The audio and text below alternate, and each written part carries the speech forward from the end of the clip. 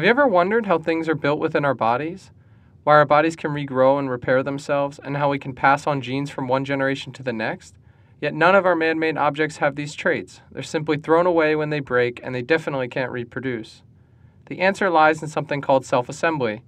Self-assembly is a system where unordered parts come together in an organized structure, completely on their own. This means that a pile of parts on your desk should, in theory, be able to move around on their own, find one another, and build something useful. This seems impossible, like Transformers or the Sandman, but it's exactly how our bodies are built, how our immune system works, and why we can reproduce. Self-assembly is the factory and copy machines within our bodies that make proteins fold and DNA replicate.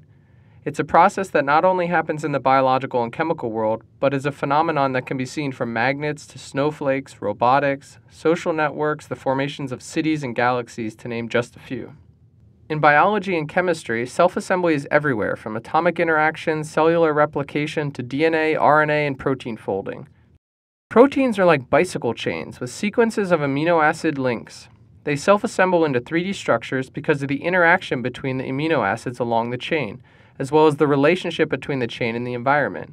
These forces make the flexible chain fold into a 3D shape that governs the function of the protein.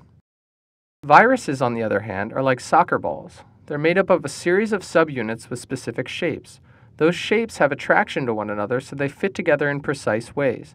Imagine you want to build a perfect sphere. It turns out that making a precise sphere through traditional means is actually quite difficult. Alternatively, you could try to self-assemble the sphere. One way would be to inflate the sphere like a bubble or a balloon. Another option would be to create many identical pieces that would come together to make a perfect sphere. You could try to put the pieces together one by one, but it might take a long time and you'd still have human errors. Instead, you could design a connection between the components like magnets and dump them into a container. When you shook the container, all the parts would find one another and build the sphere for you.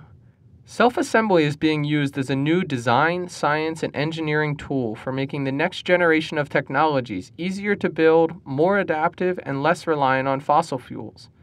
Scientists are now making molecular microchips for computers where small molecular elements are given the right conditions to form themselves into organized pathways. Similarly, we can now use self-assembly as a way to make 3D structures with DNA, like capsules that could deliver drugs inside the body, releasing them only if certain conditions are met. Soon, self-assembly will be used for larger applications, where materials can repair themselves, water pipes can reconfigure on demand, buildings can adapt on their own to environment or dynamic loading, and space structures can self-assemble without humans. Imagine if our factories were more like organisms or brains, and our construction sites were like gardens that grow and adapt independently. The possibilities are endless, and it's now up to us to design a better world through self-assembly.